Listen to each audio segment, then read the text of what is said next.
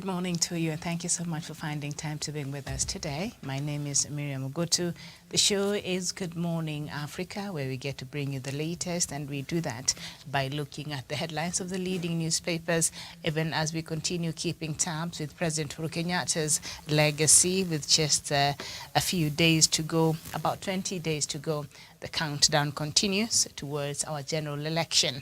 Okay, so it is just a few minutes, about 12 minutes past 10 a.m. here in Nairobi, East African time. And before I bring in my panelist, let me first just bring us up to date with the news this morning and what is making headlines on the leading newspapers in the country. We start with the Star newspaper. Ruto and Raila in elaborate vote protection plan. Azimio team starts recruiting and training 46,000 poll agents. That story is on page 6. Uhuru's 100 Kenya shillings unga plan, that is on page 7. Why Kenyans with sexual dysfunction self-medicate, that story is on page 3. DP Ruto to hold final rally at Nyayo Stadium on August 6th. Deputy President William Ruto yesterday said they had booked Nyayo National Stadium for its last rally on August 9th. Through his UDA party, the DP said they have already paid for the facility. That story is on page 2. And governors in fight with SRC over hefty send-off package. That is the main headline. And we shall look at what is it that the governors now want as a send-off package. That story is on page 4 and 5 on the Star newspaper, the Standard newspaper. Politics of Ugali, prices fall by half. Government will pay millers the amount above their 100 Kenya shillings for every 2 kg packet of maize flour for the next 28 days to ensure prices fall from the current 250 Kenya shillings, but questions arise on the timing and availability of the money. That is on page 4.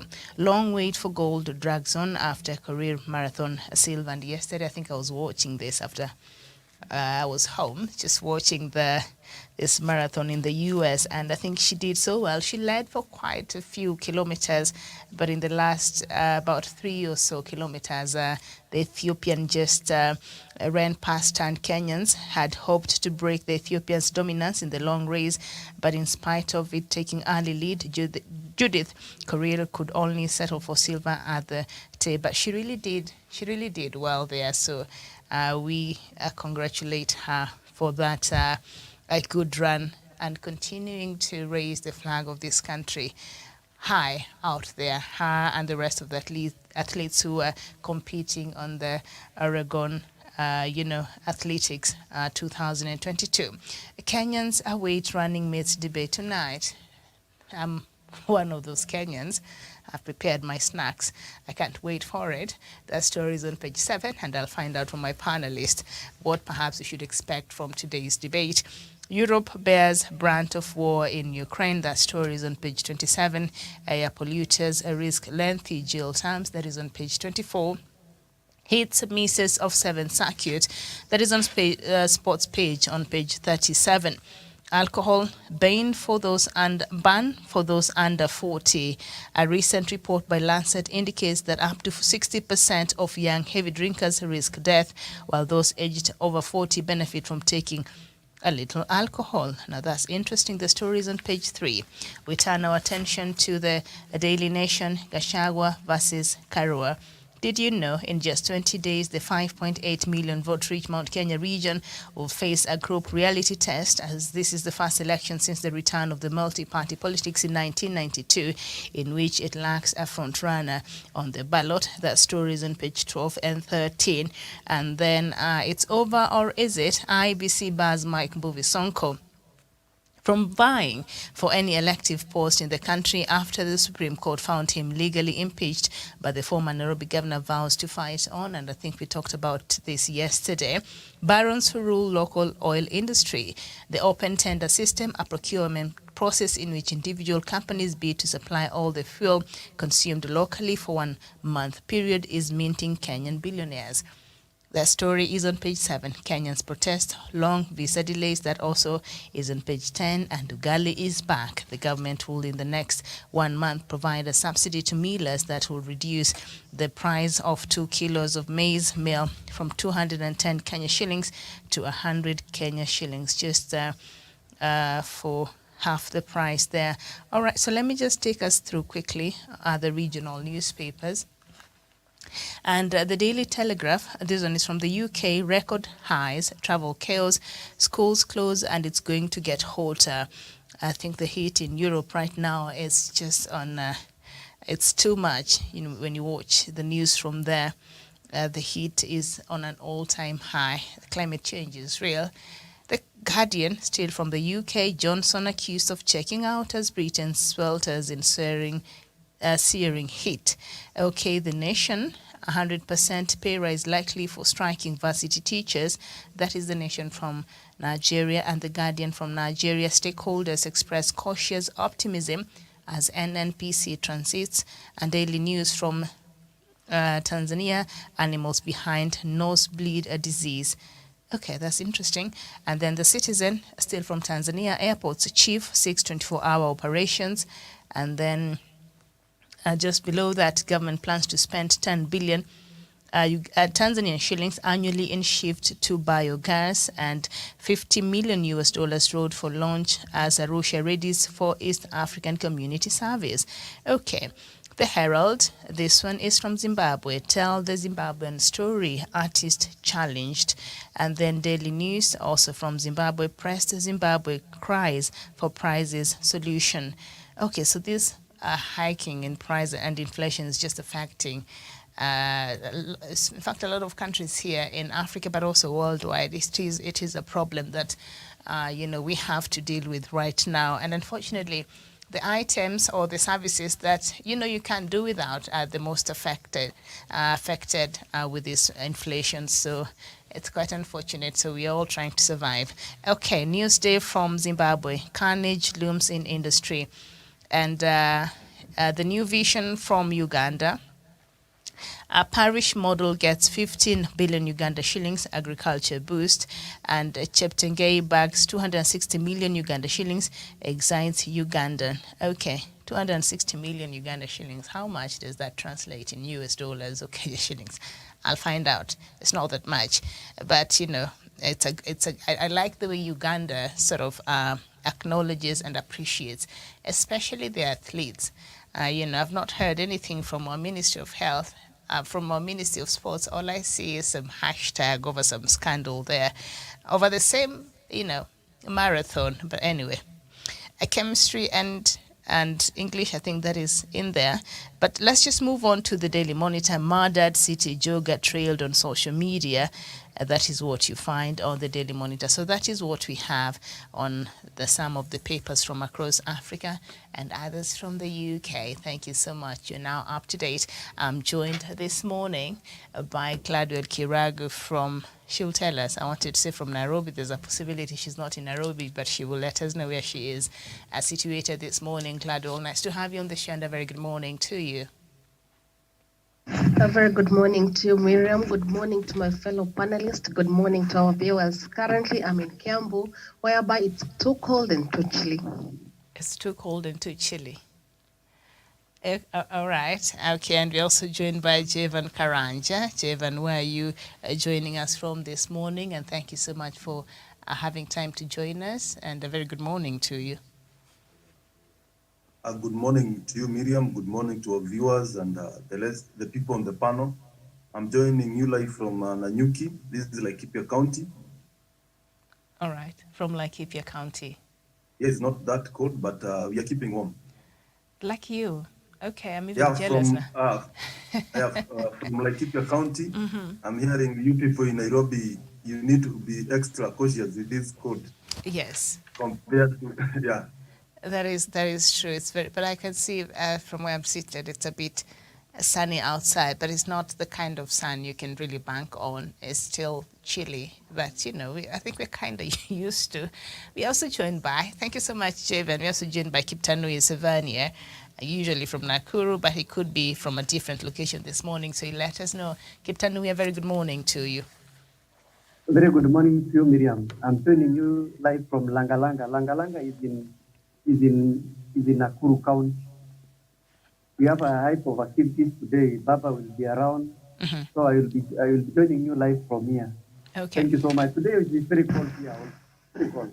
Okay. So he's coming for a rally, or what is going to happen there in Nakuru? And what time is he expected to? Yes, actually, I think by maybe 11 will be around here. We'll be transporting along Langalanga, Nakuru, and all of Nakuru, Naivasha, Gilgil, to up to the Mai. We'll be transporting around. So today we have a lot of main activities around here. So I'm actually interested to see what is going to happen today. All right. Okay. Thank you so much. All right. Work on that. Work on that. I can hear a bit of audio problems, but just place your device in a manner that is not interfered with. But thank you so much, Kiptanui, and we shall be looking forward to the updates of those political activities that will be going on there in Nakuru today. So let's just get into it. Something else we are looking out forward today, and that is the deputy presidential debate. And I think this is the much awaited debate. I think compared to the presidential debate, I'm not sure, maybe you will tell me this morning, but perhaps because these are new players, for Raila, we've seen him debate before, so maybe we know what to expect. For Ruto, he's been on national politics for a long time, so perhaps we know what to expect during the presidential debates. But for Martha Karua and Rigathi Gachagua, and looking at the politics of our time right now, I think this is the first time. Of course, with others, there are two others from other parties, but this will be the first time we'll be seeing these two, and the rest, engage in a structured, conversation. And I think this is something that a lot of Kenyans are looking forward to. So let me not take too much of our time and just kick off the conversation. And I'll just start by reading through the headline on the front page of the Daily Nation. Face off, one is a dyed-in-the-wool legal purist who made a name in the trenches of the Second Liberation and the Kibaki years. The other, a hard-nosed administrator who rose through the ranks to build a career in the tempest of the Moise years. Now both want to be Kenya's deputy president, but away from the fact that they are just a heartbeat away from the presidency. Is Rigathi versus Karua In Rigathi versus Karua is a titanic battle for the soul of Mount Kenya. Who will strike the right chord? So I'll just start there before I even get into the story on page 12 and 13 inside the Daily Nation. So this battle is for the soul of Mount Kenya. That is what the Daily Nation puts it. I don't know, what is your thoughts on that, Gladwell? Miriam, I'll start by saying, as you had picked earlier, this is the much awaited, something we want to see. Reason being, Miriam, okay, the two are not new in the government, but the position that now they're aspiring, let's say they're new students in a classroom. Again, Miriam, this is a battle between a woman and a man. So that debate seems to be very interesting. Again, Miriam, with the it will be, Gladwell, sorry, it will be, even myself, I think I've misled you and our viewers. It's actually going to be 4 people, I believe, on stage, and there will be 3 women and 1 man. Oh, actually never knew. But yeah, despite it, Miriam, the first time we are doing such a thing, also with the deputy president, aspiring president, whereby we are having a woman and a man. So it's something also in the history. Again, Miriam, we can see with the turnout of events whereby when Gachagua is, for example, given a mic to speak, what actually comes out of his mouth and what he speaks and the action he does. For instance, what was trending lately when he was issuing the chapati with the hands, that's a topic that so many spoke about, and it didn't actually go well with so many Kenyans. Miriam, those hands, I don't know where you were, and there was also a clip, people are so good in servicing clips, whereby he could be seen poking his nose with the same hand that he gave out the chapati with. So, Miriam, you can see, I know you're shocked, but it is there. Yeah, so Miriam, you can see despite the reason people are waiting, we can see how the two actually speak when they're in public. With the mother Karua, she has actually for the past years maintained the title Iron Lady because she's a non-nonsense woman. So let me say this is a tug of war, and so many people are waiting because from where I saw yesterday, somebody tweeted and said, hii ni kama kuekelea mahindi mbichi. The one that is very soft, someone will actually be chewed there. So people are waiting actually to see who will be chewed, and we definitely know who. So Miriam, I'm actually waiting. I'm actually waiting for the debate too, and we are just hoping for the best. Okay, thank you so much. I will not get into Gachagwa's manners. I've seen what you just said. I've seen that photo making, waves on social media before, but I'll not talk about it. I just had my breakfast, so I'm just trying to keep all my food in my stomach. So, but anyway, Jevan Karanja. Of course, it will be, I'm hoping, 4 of these deputy presidents. I think the court cleared, what is his name? Kigame yesterday. So I'm assuming his deputy will be on stage together with the other 4. I'm not sure if they will be ready by today, but we're assuming 4 of them will be on stage today. And this seems to be reduced even from this headline that we're looking at. It seems to have been reduced to just 2 deputy presidential candidates, and that is Martha Karua and Rigathi Gachagua. And according to this story, these 2 will be not just fighting and representing their parties and the coalitions as far as the next elections is concerned, and but also it will be a time where perhaps they will use to try to entice voters in Mount Kenya region. Is that so? Yeah, Miriam, that's the case. And I think there's a reason why the Nation headline has reduced the debate between to Rigathi and the Mother Karua. This is because they are the people who command a very huge following compared to other deputy president. And that is where majority of Kenyans are interested to know what these 2 people have to tell Kenyans and how much do they understand where this country comes from, where we are, and where we anticipate to go. Here in Mount Kenya region, Miriam, I think everyone will be glued in their televisions to see who will convince them the best on where they need to cast their votes. Because we understand in 3 weeks' time or 4 weeks' time, President Uhuru Kenyatta will be leaving office.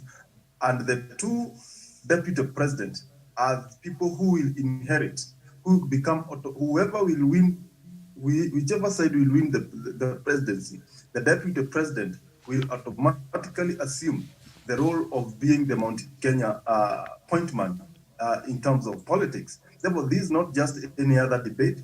This is a very big debate.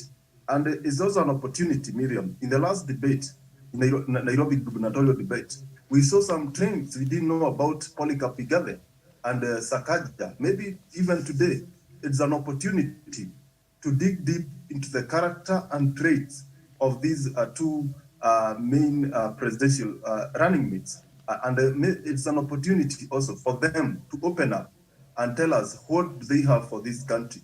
Because these are people, as you have pointed out, these are people who are just a meter away to the presidency. Because in any case they're in office, they have that laxity to assume the presidency if the president in office maybe is not in a capacity to deliver, or maybe in future, Miriam, we might consider them as possible presidential candidate. Therefore, they have an opportunity to convince Kenya and to tell us who they are and how much we can trust them with the affairs of this country.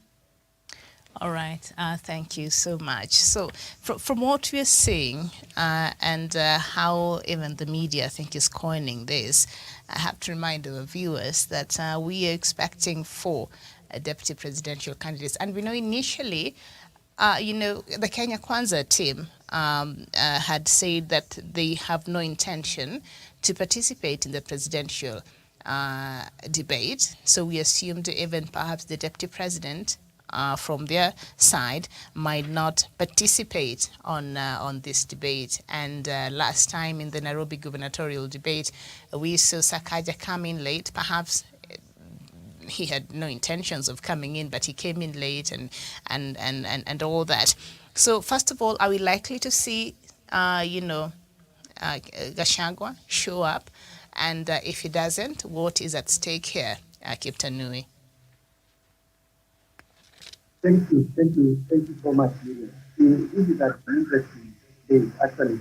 It will be an interesting debate because I remember very well, and I want to tell my brother, Jevan Karanja, that Martha Karua participated in another debate one time as a presidential candidate. Remember? She was actually a presidential candidate. So she has been in debate.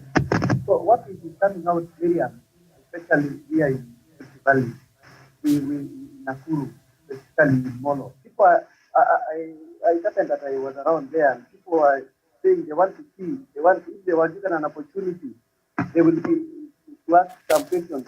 They will ask some questions regarding according to what happened during those times when he was still around there as a special CEO. There is something which is coming out. There's something which is coming out. My sister Miriam in Kenya, Kwanza, especially when Rigathi Gachagua is given my microphone. There was even hilarious.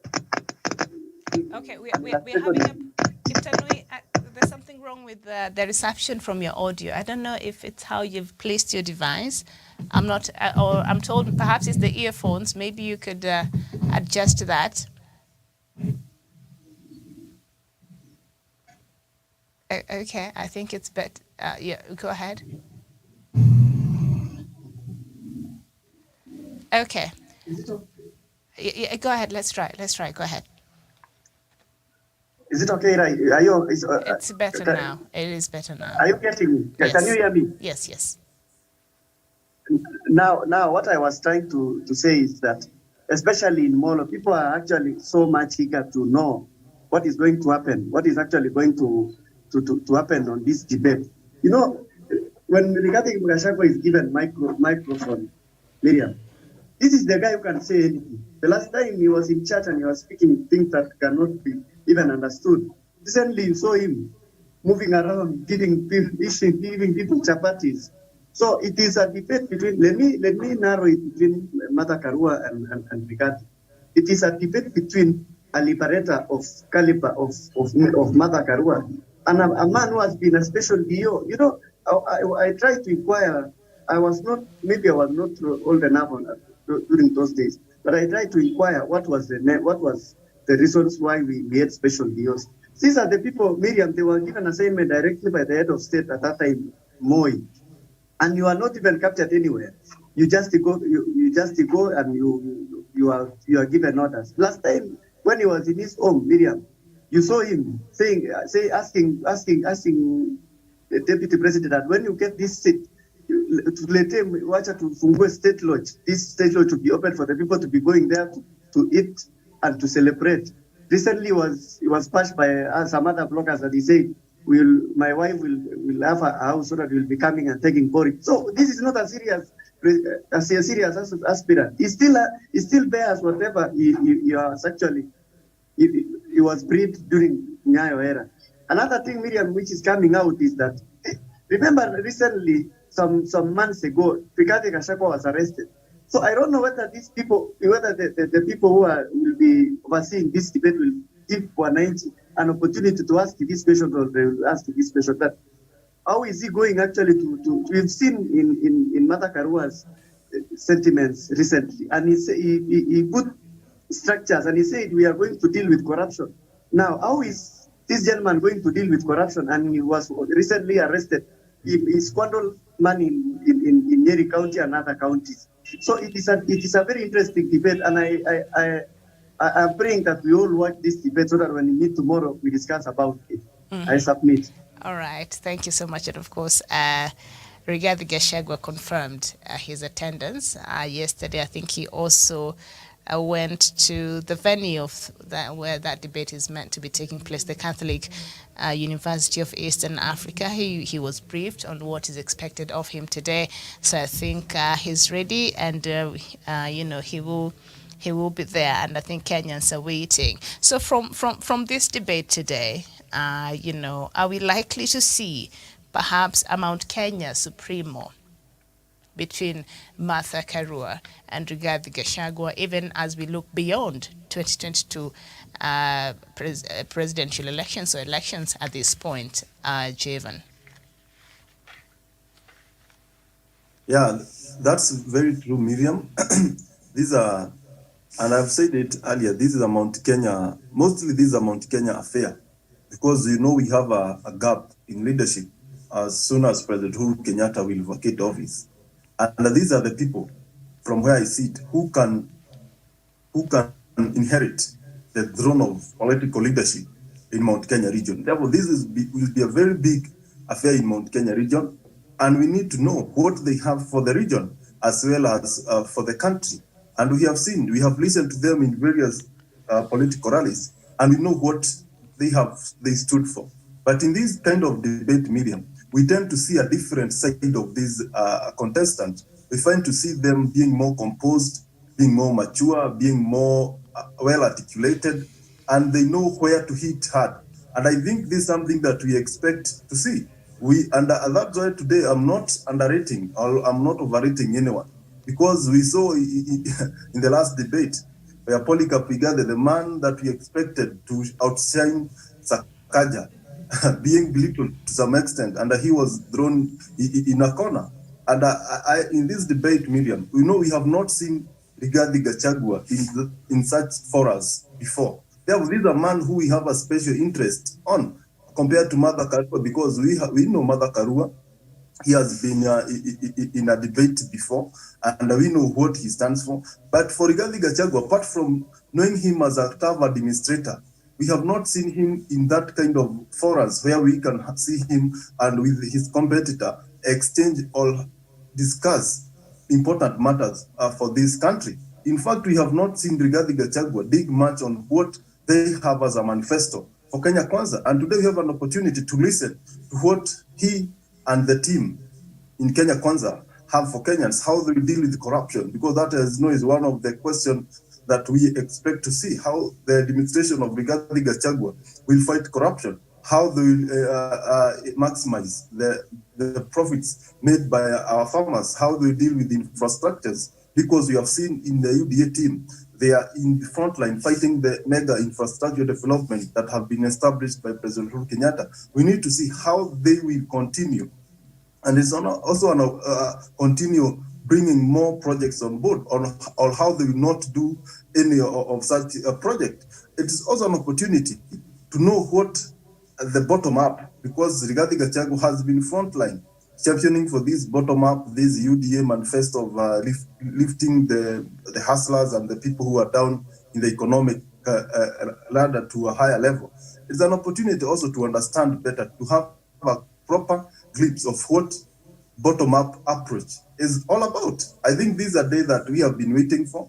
And for the people of Mount Kenya region, let's make a wiser decision. These are people who are one step to the presidency, and they are people who we can trust with our affairs. Therefore, it will be a big day, Miriam, and I will not be surprised today if any of the candidates will add some votes or deduct some votes from their principles. At the end of the day, someone will gain and someone will lose. Mm-hmm. It's upon the deputy presidents to determine which side they want to be and which side they want to take their principles. Okay, thank you so much. Gladwell, the same question. Out of this debate that we will be seeing today, now that a spotlight has been cast on Martha Karua and Rigathi Gachagua, and yes, indeed, it's not the first time that we will be seeing Martha Karua in such a debate. The other one, he was there in 2017. She was a presidential candidate. In 2013, sorry, in 2013 she was a presidential candidate.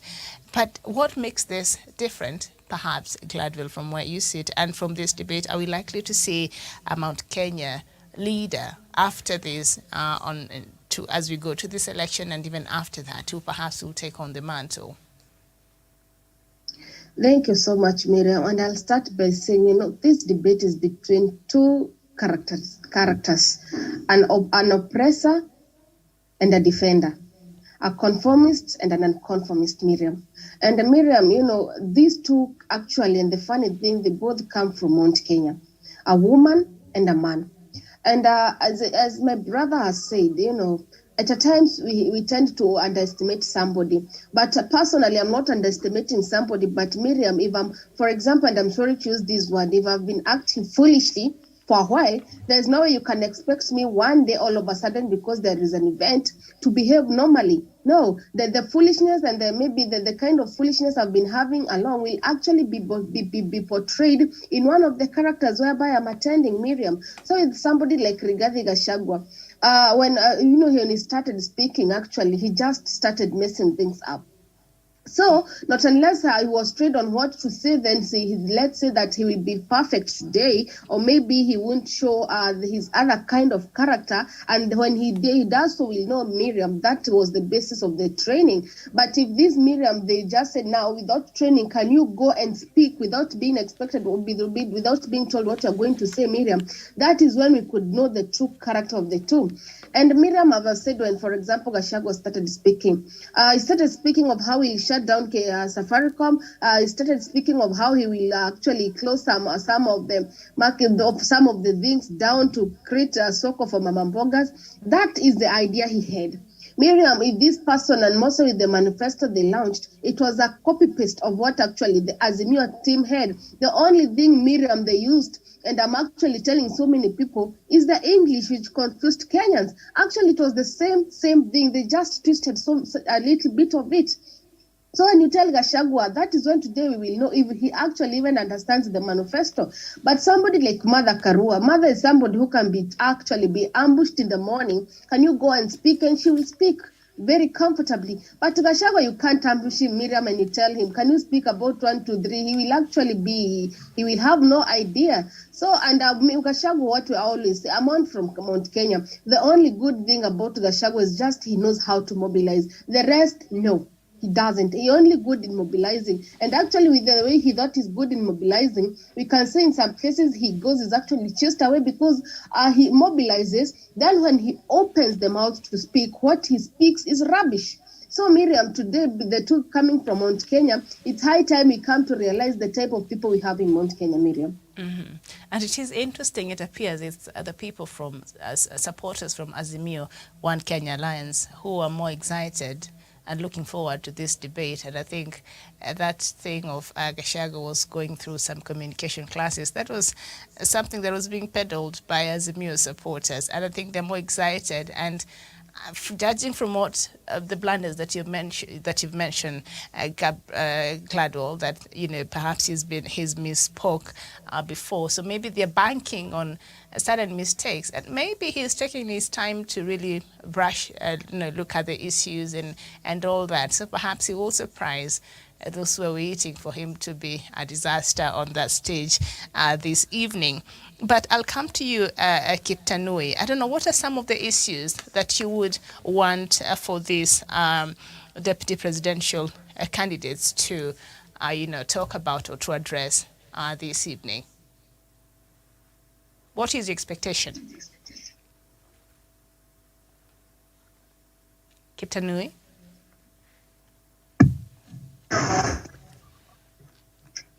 Miriam,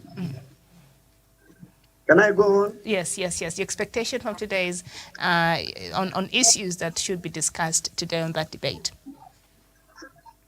Okay, thank you. I'm expecting these people, Miriam, all of them, not only Mother and Rigathi Gachagua. We've been faced by a lot of problems. One is corruption in this country, Miriam. Our head of state is going to other countries. He brings loan instead of us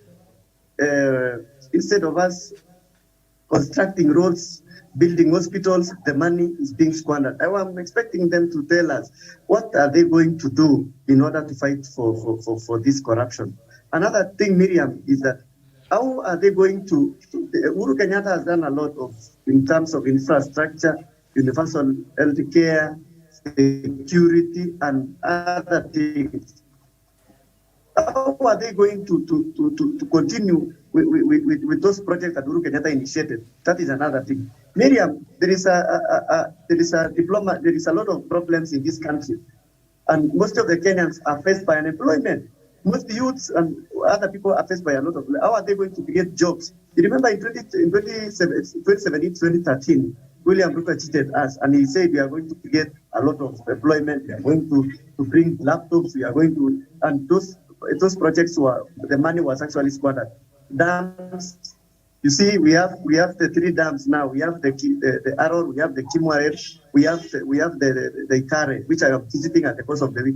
I'm expecting as the person of this Rift Valley, how are they going to make sure these dams have been completed, like the other one which are in Central Province? And the most interesting thing, Miriam, with this debate, in the morning I was asking somebody, why it seems all these four deputies comes from Mount Kenya. And what is funny? And this guy told me he's a shine around in this town.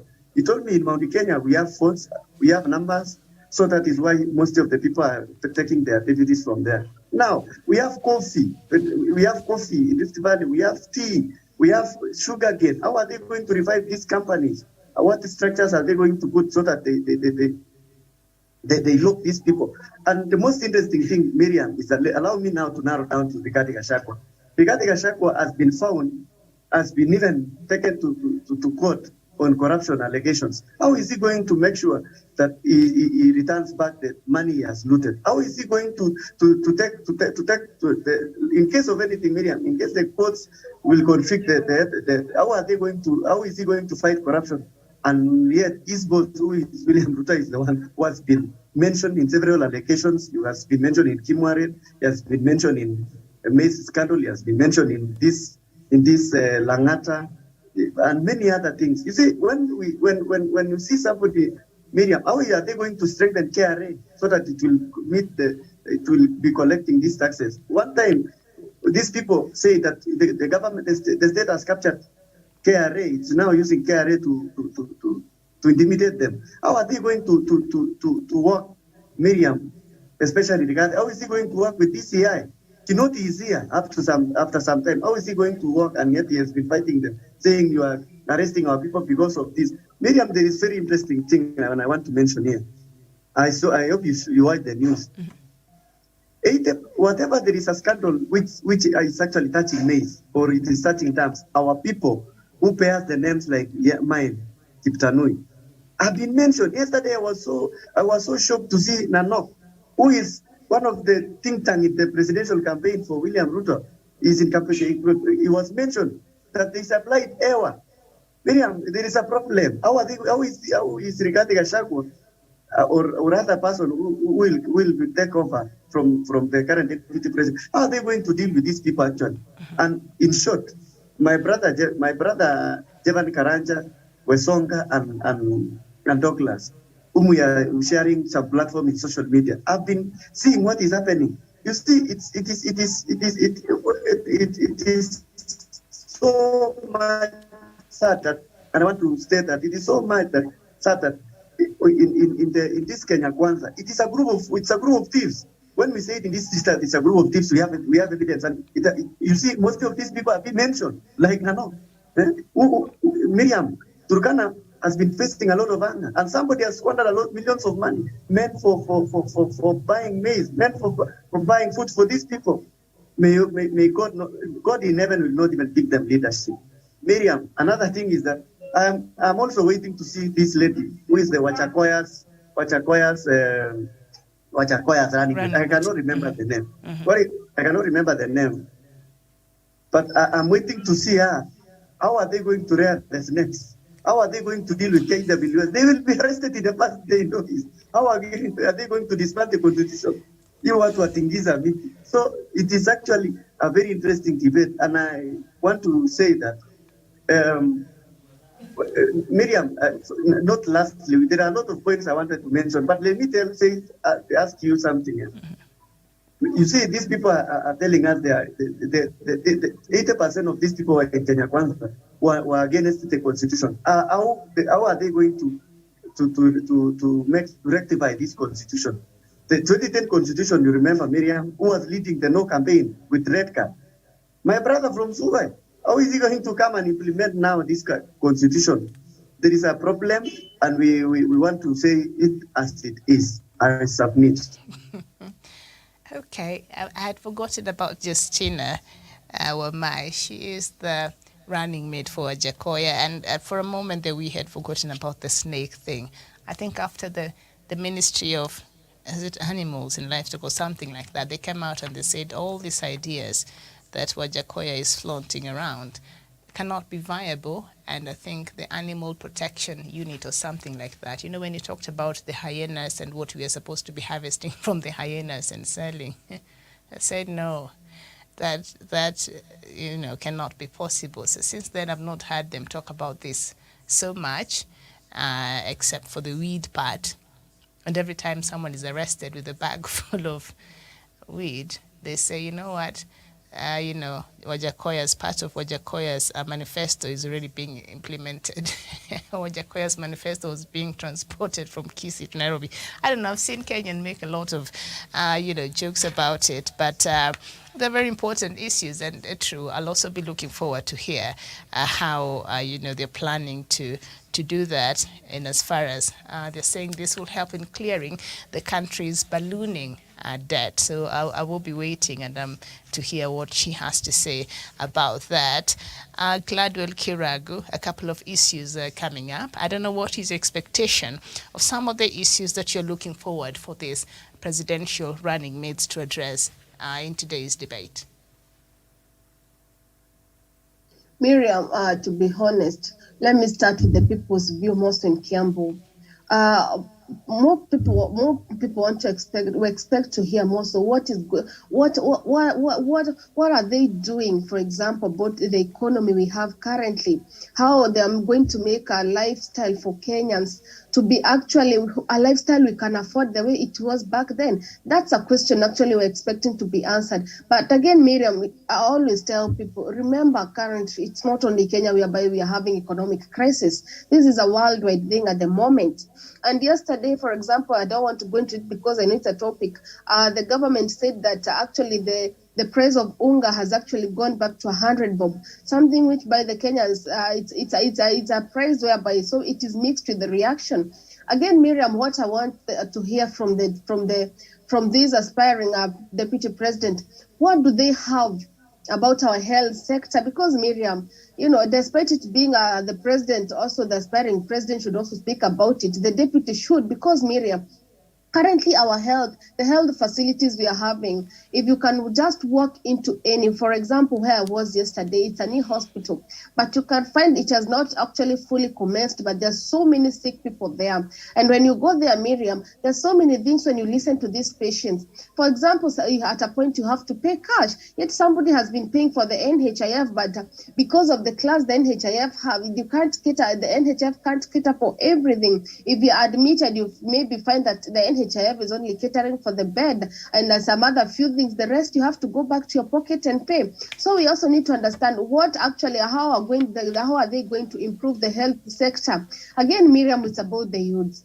If you walk, for example, into down this, let me call them slums, the ghettos, if, for example, Eastlands, Mathare, Githurai, you know, these are places whereby it has got there are people who are so mixed. We've got the upper, middle, and the lower classes, Miriam. For instance, where I stay in the right, there's so many youths, and some have turned to be chokoras because this person, maybe the parents died, or maybe this person the parent is not able to pay for the fees, and they end up onto the street. So that is also something we also need to know. What is their plan? What plans do they have for the youth in the countrywide, Miriam? We're expecting so much from them. And we got so much question, Miriam, we would ask them. But also, I'm actually dwelling on the youth because these are it's an issue whereby everybody speaks. And when I get that position, for example, the MPs, the MCA, when I am elected, I'll do 1, 2, 3 for the youth. I'll have youth initiative. But Miriam, when these people are elected, they actually forgot what they made for the youth, Miriam. I submit.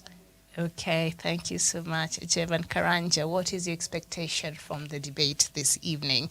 And remember, we will have 4 running mates on stage, hopefully, one from Roots Party, Justina Wangui Wamai, who is the running mate for Wajakoya.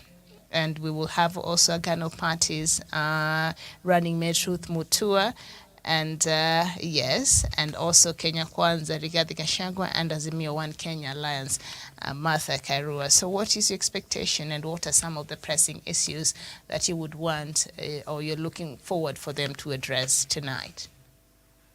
Yeah, thank you, Miriam, for that. Today I'm full of expectations. Maybe it's a day that we might see just our country. moderate those expectations. You don't want disappointments, but I understand. Yeah, first and foremost is to, if there is an issue that is so close to my heart, is the issue of corruption.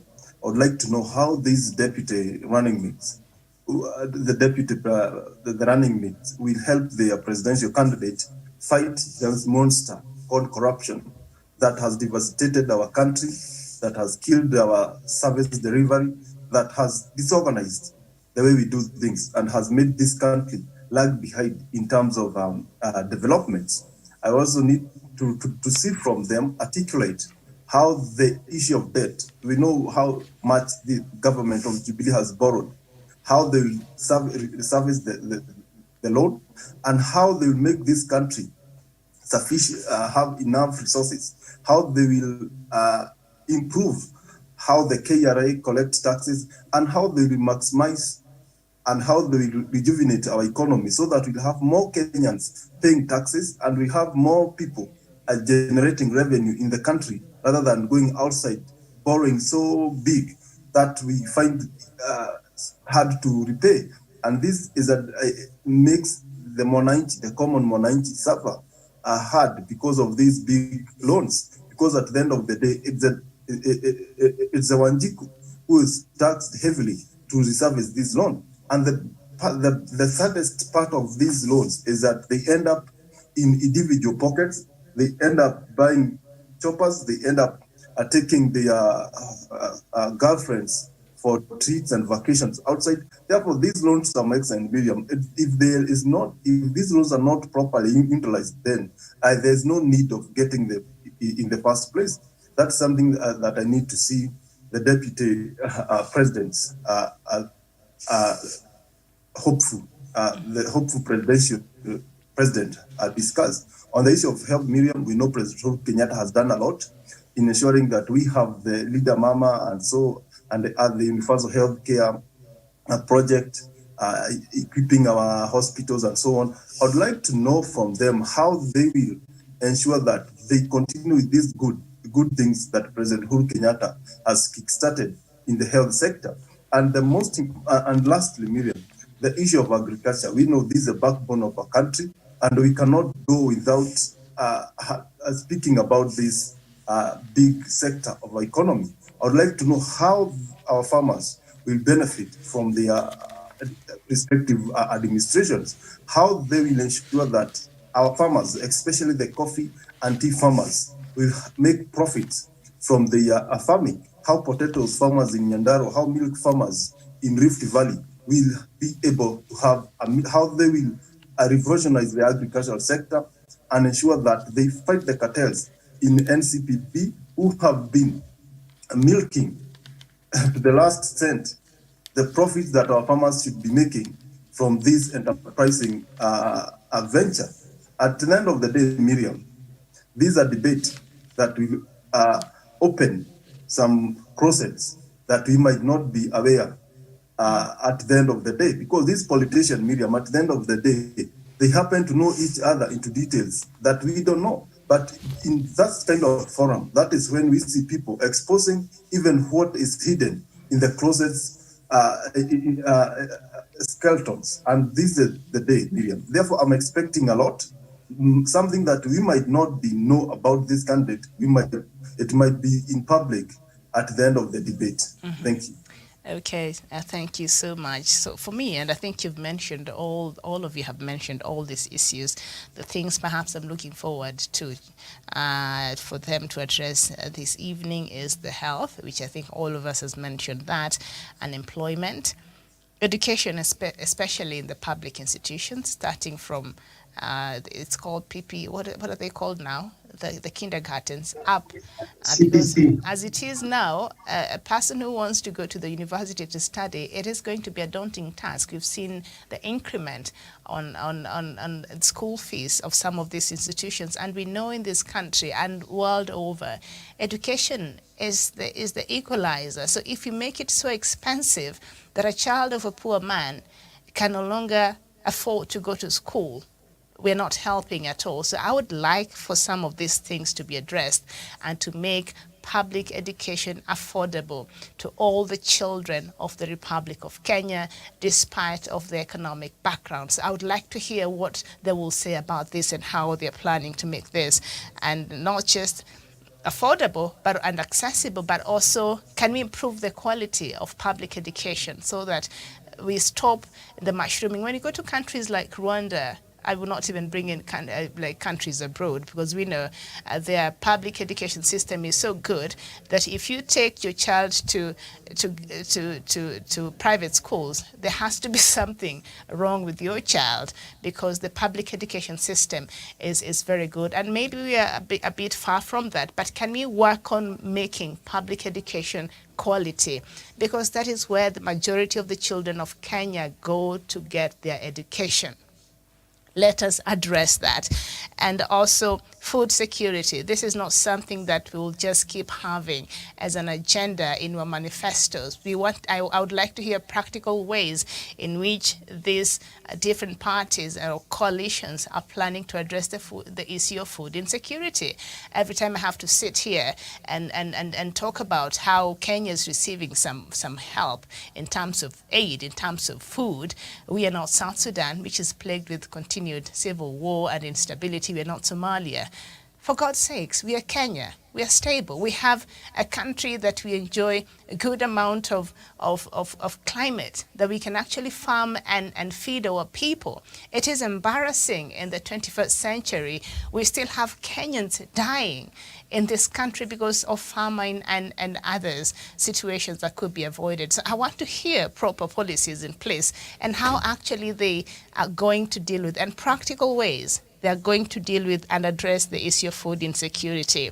And of course, the issue of security, we are seeing there are Kenyans in places in Baringo and others who have not slept in their homes for God knows how long because of the increase in banditry and other criminal activities. And right now, as a woman in this country, walking out in the streets, I've never been so insecure in my life. I would just want to leave work, get to my house and sit there, because I don't feel very safe anymore being out late in the night or walking out in the streets, because now you can even be mugged during the day. And I think Kenyans are just tired and nobody will even come to your aid. So I want to hear how they will address the issue of the rampant insecurity.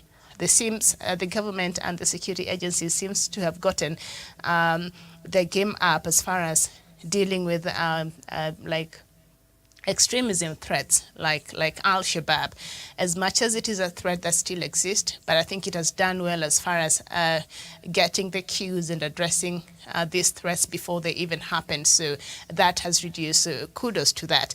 But we need the other aspects of insecurity to be dealt with and to be addressed. So I'd like to hear. And of course, the biggest cancer we have in this country, and that is corruption. I want to hear. If I tell you I want to hear, I really want to sit down this evening and hear. And I don't expect them to walk around. Martha Karua will not, skate around the issue of corruption. But I really want to hear how these different parties and coalitions are actually planning to address the issues to do with corruption. Do we need some laws to be changed? What needs to happen? How do we strengthen these institutions that handle the issue and deal with the issues of corruption? So I have a list, and I think I'll be sitting there with my list that I'll be taking, and hopefully it will not be a circus. They will actually address the issues, there. So those are just on my list this evening, and so hopefully I'll add to that and see how are they able to address some of these things that I think are very important to the Kenyan public. Okay, now let's look at something else that are going to feel about this morning, and that is the audacity of some of our leaders, I will not even call them leaders, these politicians. Now, governors are demanding hefty send-off packages, free luxury cars, and a pension. The move by the county chiefs has set them on a collision course with the Salaries and Remuneration Commission, which is opposed to their proposal. The SRC says granting such packages to all departing governors now and in the future could open the floodgates of more unsustainable demands. It says they are getting gratuities. The standoff has triggered a court battle between the Council of Governors, the statutory agency that brings together all the 47 county governments, and the SRC. In their proposal, governors want a gratuity of 6.6 million Kenya shillings each for each term served, okay, and a four-wheel, minimum 3,000cc vehicle. They want you and me to buy them, okay? As if they don't have cars already, as a one-off benefit upon retirement. The take-home amount is calculated as 60% of their basic monthly salary, which is currently at 924,000 Kenya shillings, which is close to $1 million. At least 21 governors are set to retire after the August 9th general election, having completed their constitutional 2 terms in office. Deputy governors in the same spirit will take home 4.47 million Kenya shillings based on 60% of their basic salary, which is at 621,250 should the proposal pass. The four-wheel high-end cars the county chiefs are requesting cost about 13 million Kenya shillings each, okay? Apart from the one-off payout, governors want a lifetime monthly pension of 80% of their monthly salary. Karanja fanyo hesabu 80% ya 924,000 Kenya shillings. So they want 80% of that. It's almost the whole thing, right? So they want that for a lifetime. Deputy governors should be paid 60%, okay? Governors further want a lifetime fuel allowance paid at 10% of their monthly salary. So it's not just enough to buy them these high-end cars. We need to fuel them. Even reading this is just making my head spin. Javan, maybe I'm just looking at the economy and the state we are in right now, so my head the maths can just math for me. And this is so unfortunate. And I'm wondering who are they in the first place to demand for this heavy send-off package? What have they done in the first place? You know, this entitlement that because you have been a governor that we owe you something as you go to retirement is a mentality that is not good for an economy like ours. I don't think this happens to other countries, especially the first-class country, because this will be adding more. It's like adding salt in a wound already, because Kenyans are suffering. The common Wanjiku can't afford the unga. Now you want us to pay more taxes, to pay people who are on retirement, enjoying, people who have eaten and stealed from the county covers, to continue enjoying luxury when they are on retirement. Miriam, when they ask for fuel allowance, then they ask for 8% pay from what they have been getting. 80%, Miriam, of 1 million is 800,000. That is equivalent to what the incumbent governor will be taking home. Why should we pay 2 governors and the one is not performing, the one is in office? Miriam, this is unfortunate, and I think the Salary and Remuneration Commission should cancel all this and throw it in a dustbin, because this is not the right way to do things. And I think our governors, Miriam, they are just portraying their hungry nature, their corrupt nature in public, because these people, Miriam, they have been in office, and what they have been engaged on is corruption, and now they want us to celebrate them as they be leaving office so that they can continue getting the payment and so on. Well, we have Kenyans who are unemployed, well, we have Kenyans who cannot afford 3 meals a day. And Miriam, this is not the way to do things. And I think, Miriam, if they have done something significant in this country, this governor should first tell us, this is what we have done in our counties. That is why we're asking for this. Maybe we can reconsider it. But most of these governors, they have not even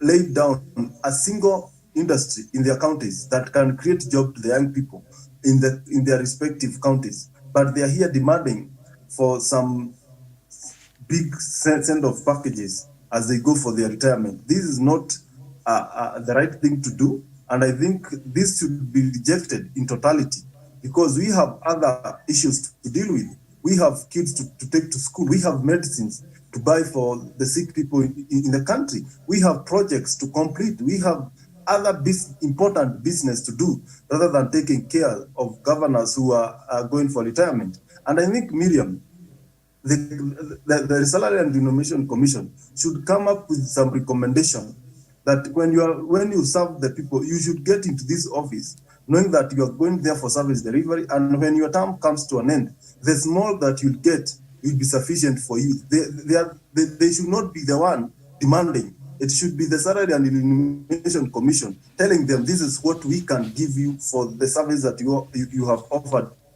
for the country, but it's not the other way around. Thank you. Okay, thank you so much. And of course, on top of that, they're also demanding for a health cover that would cost about 11.7 million Kenya shillings. I mean, we have NHIF, and while they were governors, they had a responsibility of improving the building hospitals and improving, health facilities in their counties. But a lot of them did not do that. And because of that, they can't even imagine themselves seeking medical services from these health institutions in their counties. So now they still want us to fund their private medical cover at a tune of 11.7 million annually. And I've just done the math there. On the 80% of their current salary, that means they'll be paid about 739,200. So this is a person who wakes up, does nothing. On top of that, they want us to pay for their assistant. On top of that, they want us to pay for their drivers. And on top of that, they want a full medical cover on top of the car and the fuel and all that. And you have to stop and think about this is within the context of our economy. Okay, so before I bring in Gladwell, we are joined this morning by Samuel Tawish, our correspondent from Nairobi. Samuel Tawish, a very good morning to you. Very good morning indeed to you, Miriam Ogutu, from our head office. Good morning to my colleague panelists and all our viewers watching this program in Africa and the rest of the world. My pleasure to join you on this program this morning, Miriam. All right, so just pick the conversation from where I'm sure you've been listening, and we are looking at some of the demands by these outgoing governors and the kind of send-off package that they're looking for. I don't know what you make of this.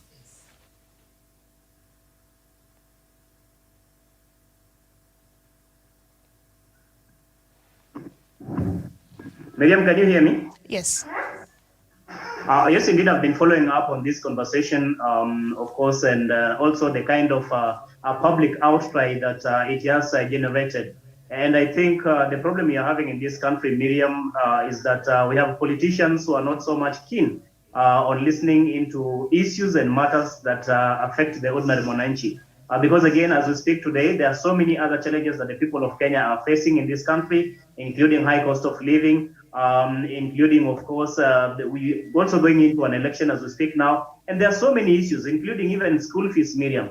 And so when you have politicians who have been in office for all that long, coming out and demanding such kind of hefty packs for them at this particular moment, I think it is something that is uncalled for. It's something that Kenyans are not going to take lying down. And these politicians must be told in no certain terms that the people of Kenya are looking forward to them to safeguard their interests, making sure that they go into these elective seats to bring about policies that are going to improve and change the livelihood of the people of Kenya, and not necessarily about themselves, and not necessarily about how much salary they're going to get, how much allowances they're going to get, especially for those who are going to get out of office after this particular election. And when you speak about the governance, I think they have borrowed it from the previous politicians. They have borrowed it from, say, the members of parliament. They are borrowing it from the presidents we have had in the past, and also prime ministers and vice presidents, the speakers of the bicameral houses.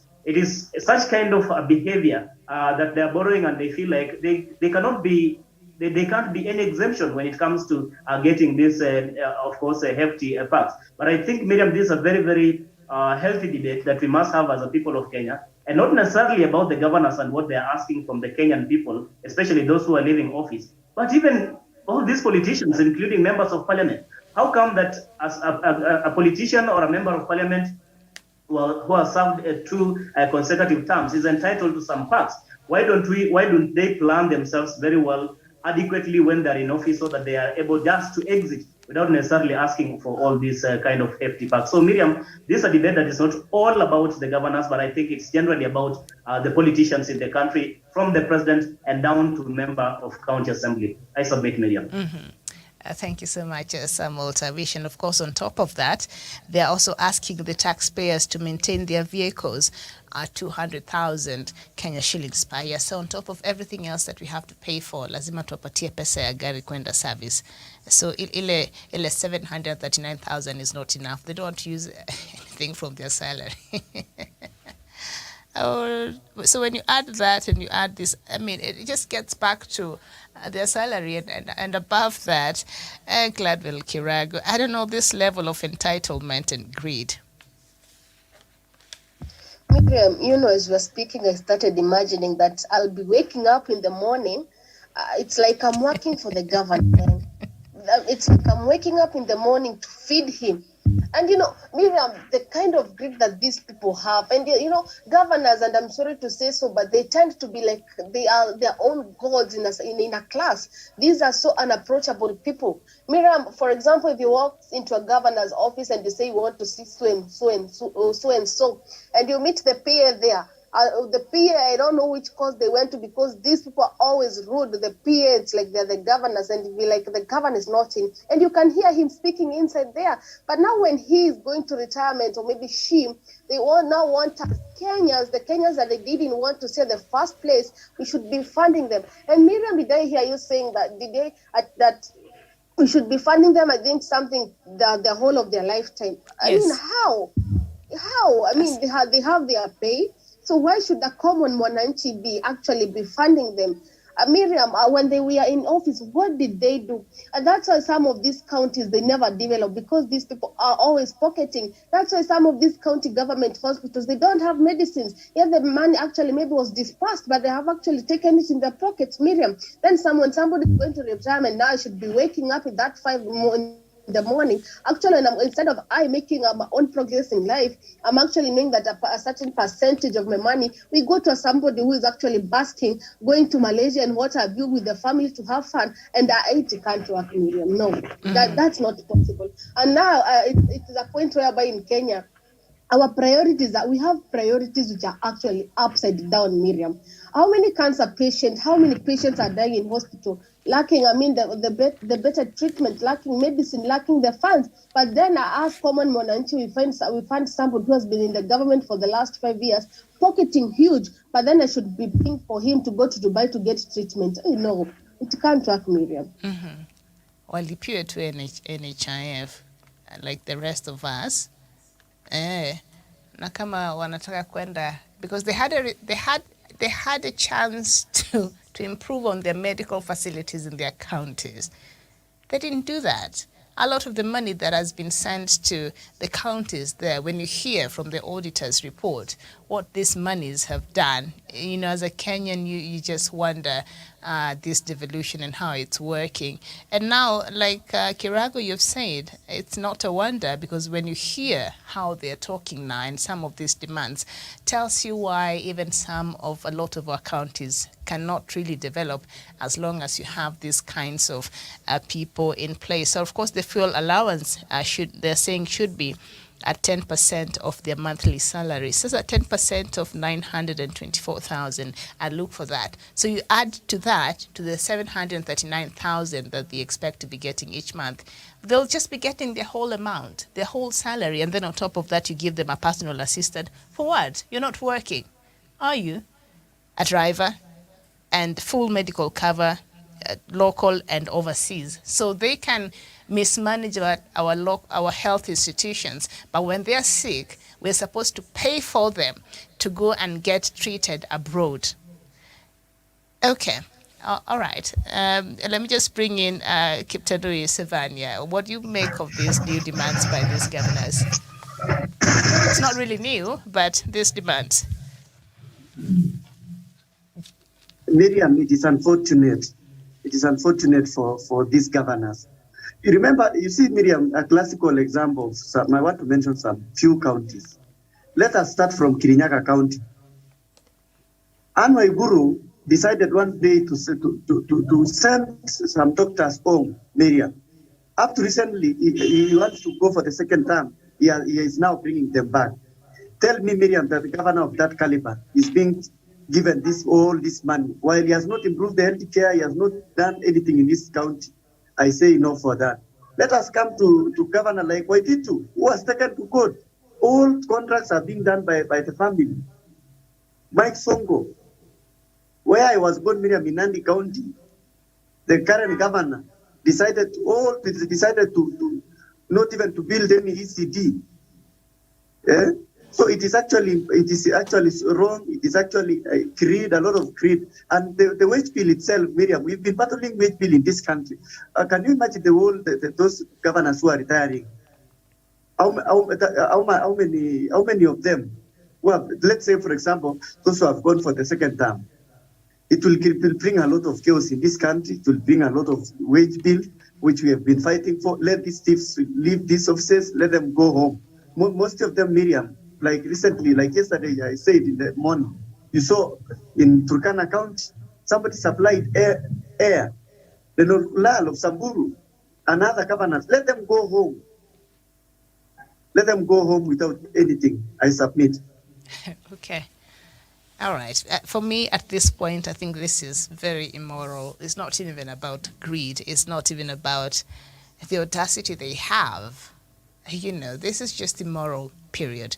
And so it is a tussle between the Council of Governors and the SRC, and this has not started now. These are things that started, wanting, I think, from the start of the BBI.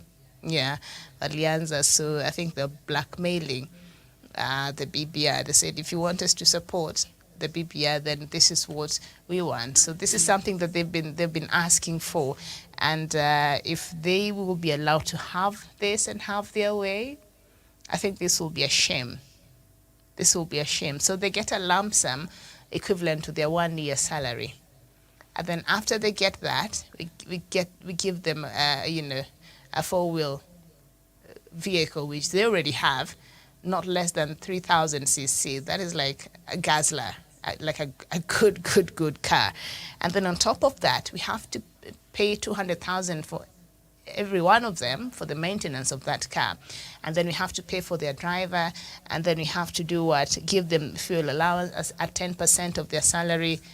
This is immoral. This is just plain wrong. And I think this is the point. Kenyans need to go out in the streets and if they called for a protest over such things, I think I will gladly join that protest, because this is just wrong. This is just wrong, plain wrong, and very, very immoral. Okay. And so let's look at President Uhuru Kenyatta's legacy, even as we get ready to wind up on the show this morning.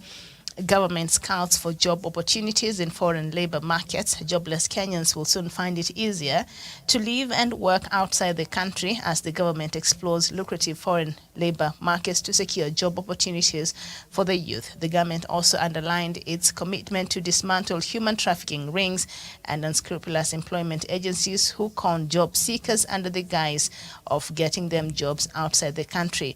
Speaking during the weekly Semana Spokes session at Teleposta Towers in Nairobi, Youth Enterprise Development Fund Credit Manager Samuel Njue said the fund also offers a loan facility to help the youth from disadvantaged backgrounds to move abroad. Last month, Labour and Social Protection CS Simon Chelogui said it is important for those seeking opportunities abroad to be skilled and have departure pre-departure training to help them settle down easily. And so we know there's been cases of Kenyans leaving the country and going to work abroad. And for those who have gone to certain countries, especially in the Arab world, a lot of these cases have not ended up well. So government wants to streamline this market as they realize they can't stop. Even despite of what is happening out there, they can't stop Kenyans from going there. So if they must go there, then they're trying to streamline this industry to make sure that Kenyans who leave the country to go seeking job opportunities abroad, that they do so in a manner that ensures that they are safe. So government is putting those safeguards in place. I don't know what you make of this, Samuel Tawish.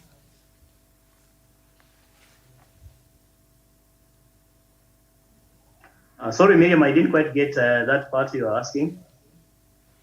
All right. It was such a long question.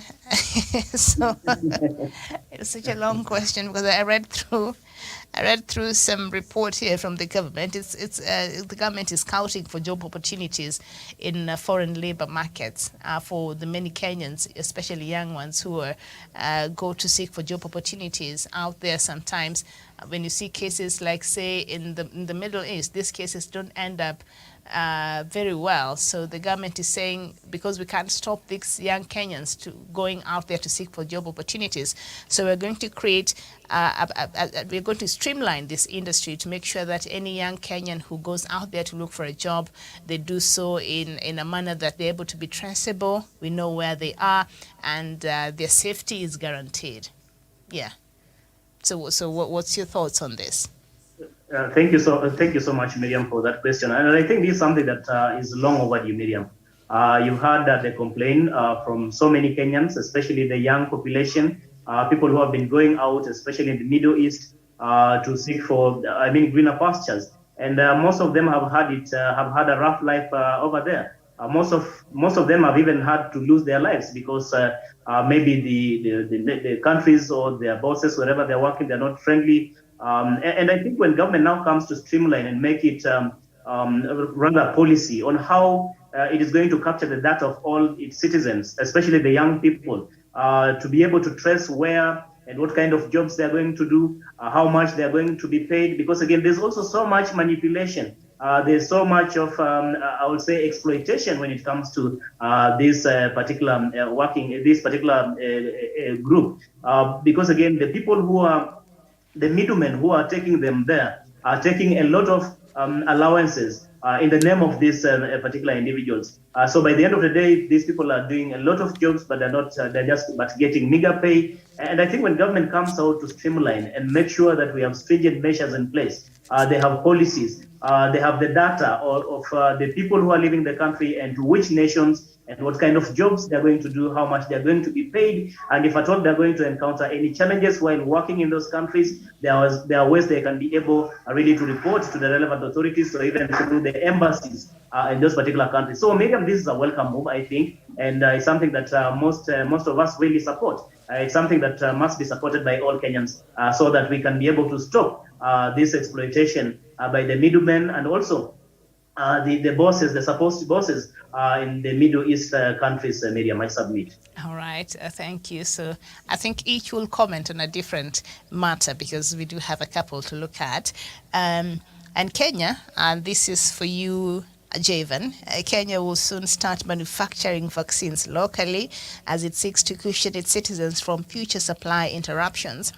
This follows the Ministry of Health's move to develop a national pharmaceutical development strategy to boost the country's manufacturing capacity for vaccines, medicines, and vital health technologies locally. Through the National Pharmaceutical Development Strategy, the ministry hopes to promote local production, research, and innovations of essential health products technologies. Last year, at the height of the COVID-19 pandemic, Health CS Mutahi Kagwe said the government was exploring ways of producing human vaccines locally. He revealed that the country imports over 70% of its medical products, including vaccines and biologicals. And I think, Javan, COVID-19 was such a wake-up call to not just Kenya and a lot of African countries when we after COVID happened and the vaccines were out, we saw how Africa was treated.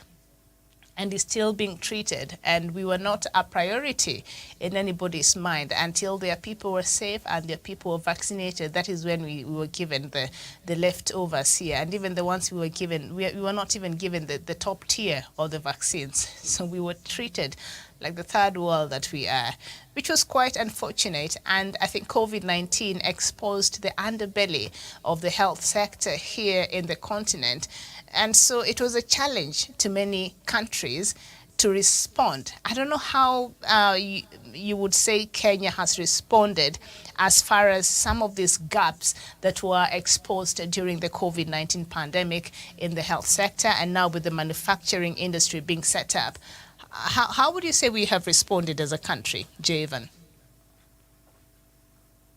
I would say that the government has tried to act swiftly and maybe to try and maybe see in future that we can be able to contain such a kind of an outbreak. But Miriam, a lot need to be done, especially in human resource, ensuring that our doctors are well trained. They have the skills that our counterparts have in other countries like India or the USA. We also need to ensure that we have enough equipment. And this means that we need to have enough room for ICU and other units where our people who fell sick, maybe if in future, if we can have, we got such kind of an outbreak, our hospital can be in capacity to handle even thousands of cases. But from what we saw, Miriam, the COVID-19 really exposed our health sector in a very bad way. We came to know that we even don't have enough high dependence unit. We don't have enough ICUs in the country. And I think maybe in some extent, the COVID-19 was kind of a blessing in disguise, because we have seen the government really trying to improve the health sector and ensuring we have enough equipments, enough laboratories for all these, for all what is need to be done. But it's a very also a good move for the government to think that, to prepare that in future and to plan that we'll be manufacturing our own vaccines in the country. This will mean a lot to our health sectors. This will mean a lot to the health practitioners, because this is a job, and a number of people will get job, will end up having enough money from selling this vaccine maybe to other countries in Africa. This means a lot to our economy. Therefore, I wish the government will fasten the process so that we start implementing these projects as soon as possible, so that we can have Kenya being sufficient in terms of the vaccine. Because from where I see it, it's not only the COVID-19 vaccine that we need. We have other underlying conditions that need a vaccine. We have other areas that need to have this medicine, but vaccine. But I think at the end of the day, we might also start manufacturing our own medicine. The institution that is mandated to do the research on that should wake up and maybe take this plan and try to implement and see how it can be done in a manner that will benefit all Kenyans. But all said and done, the government of President Uhuru Kenyatta is really trying to ensure that we have a country that is healthy, a country that can sustain itself when it comes to health, and especially on the issue of NHIF and so on, and other expensive and most sophisticated equipment that has brought in country, that will see even the cancer patient will not have to go to India for treatment, but they can get here in the country. That will save a lot of money and a lot of people from Harambes that have been a way of life in most parts of this country because of this underlying condition. Therefore, the government is really doing a lot, but on the same note, a lot need to be done. Okay. All right. Thank you so much. So, Gladwell, this one is for you. 67 court stations across the country will be linked to the National Optic Fiber Backbone, NOFB, for internet connectivity in an effort to spur speedy dispensation of justice in the country.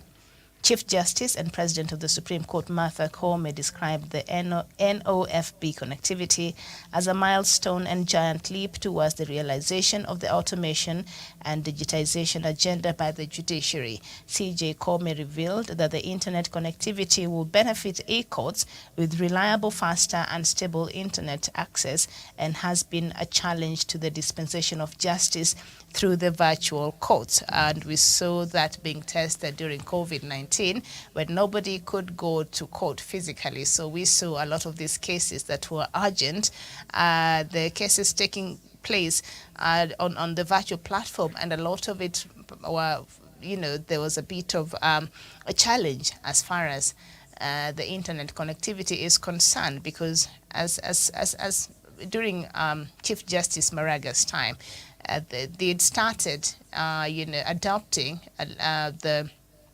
the digital platform as far as our judicial system is concerned.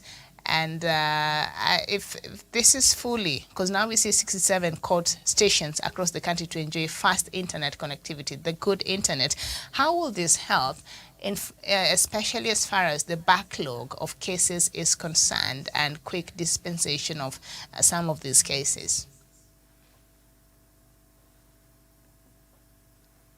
Gladwell.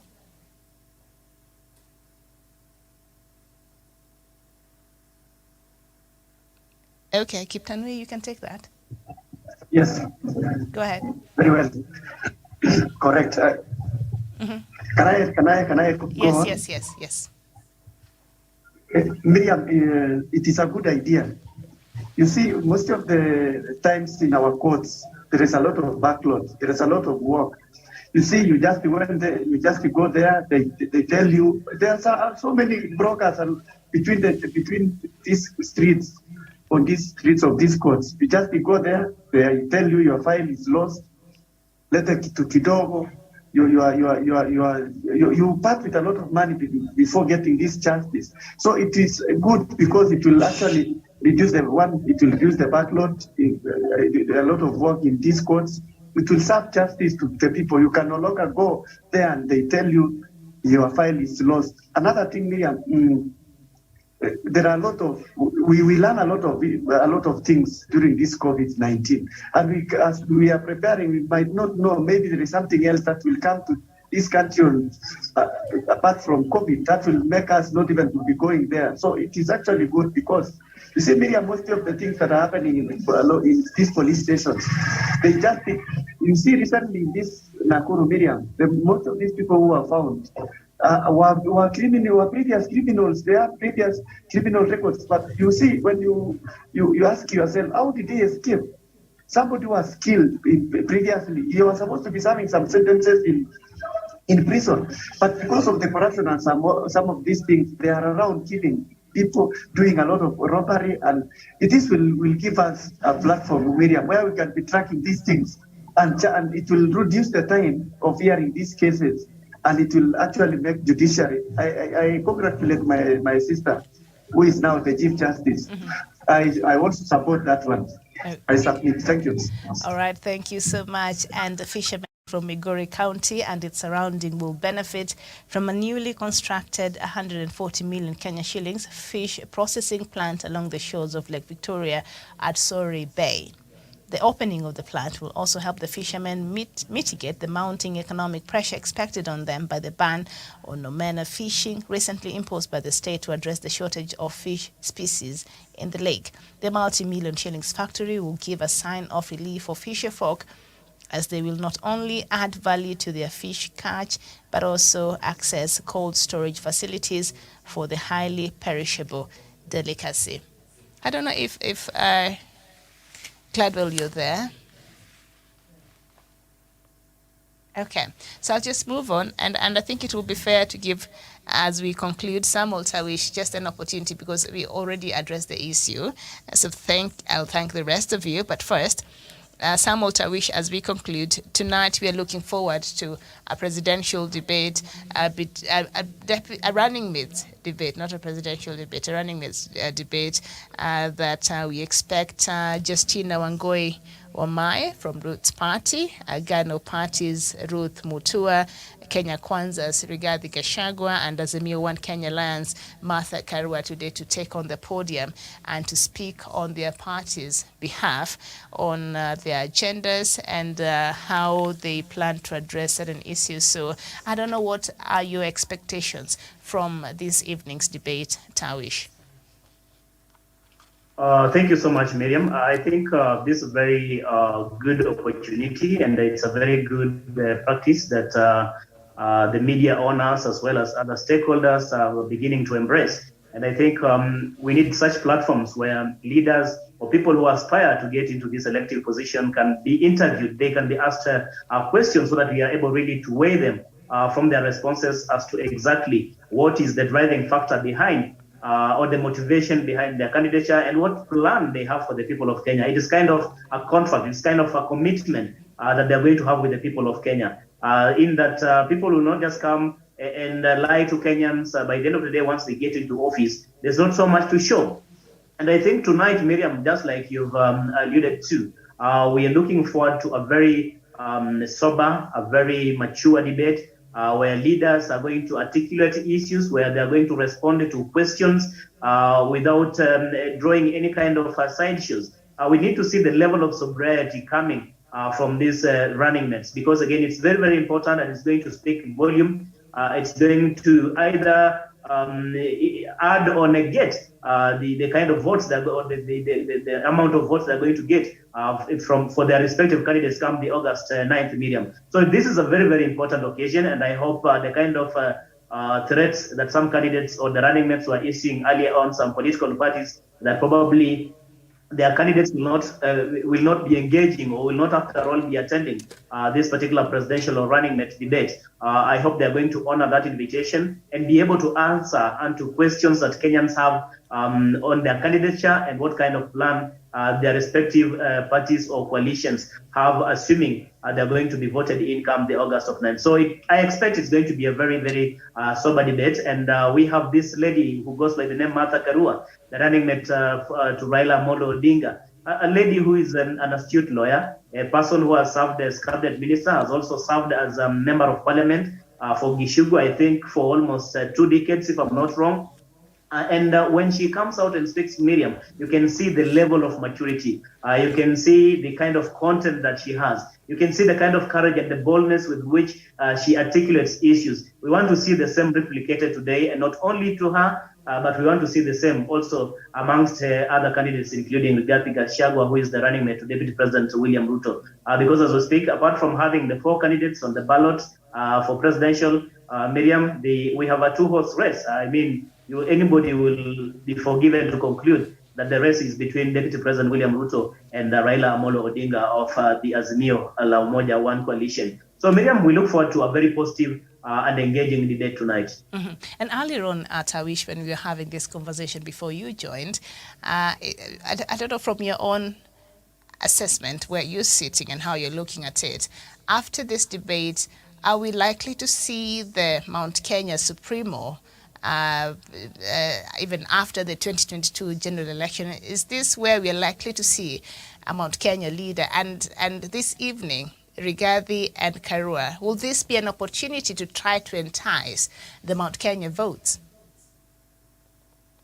Most definitely, Miriam, because you also know that there's actually the scramble for the Mount Kenya kingpin, although it is arguable President Uhuru Kenyatta is still there. Apart from exiting office as the president of the Republic of Kenya, he will still and can still remain to be the kingpin politically in Mount Kenya region. But when you listen to the likes of Rigathi Gachagua and the allies, when you listen to the other side of the political divide, I think like there's a vacuum already with the exit of the imminent exit of President Uhuru Kenyatta from office, that perhaps is a high chance that maybe either of the two is going to become the kingpin. But whichever whichever route it takes, the most important thing, we want to see leaders who are going to articulate issues that matter to the people. If it's about who is going to be the kingpin after President Uhuru Kenyatta, especially in Mount Kenya region, we want a person who really speaks on matters that are of key interest to the people of Mount Kenya and to the larger nation, Miriam.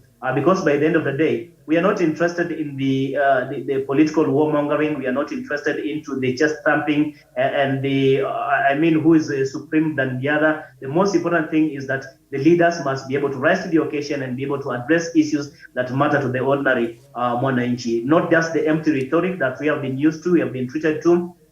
This is the time we're also going to, as Kenyans, to unpack the kind of political deceit and lies that has been perpetuated for the last about 5 years. And Kenyans will be able really to tell who among the leading presidential candidates best fits the bill to take over from President Uhuru Kenyatta when he exits office, Miriam. And especially for the people of Mount Kenya and the undecided voters, I think tonight will also be that ample opportunity for them to determine which side of the political divide they're going to align themselves come the August 9th, Miriam, I submit. All right, thank you. Thank you so much, Samuel Tawish. Thank you, Gladwell Kiragu, Javan Karanja, and Kiptanui Sivania, who is in Langa in Nakuru County. And he had mentioned earlier that the Azimio team is expected to be in Nakuru today. So I think maybe that right now they have not arrived, so there's not much a report you can give us for right now. But I guess when we come back,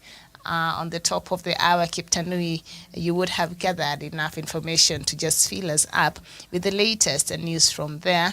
As we come back, we will continue with looking at President Uhuru Kenyatta's legacy, and this time we shall be paying a spotlight to his diplomacy, and we've seen him engage so much sometimes in silent diplomacy. Has it paid off, and how has that worked out, especially in this region? I want to thank you so much for watching. This has been the extended version of Good Morning Africa. My name is Miriam Ogoto. It was a pleasure. We'll see you at the top of the hour. Bye-bye for now.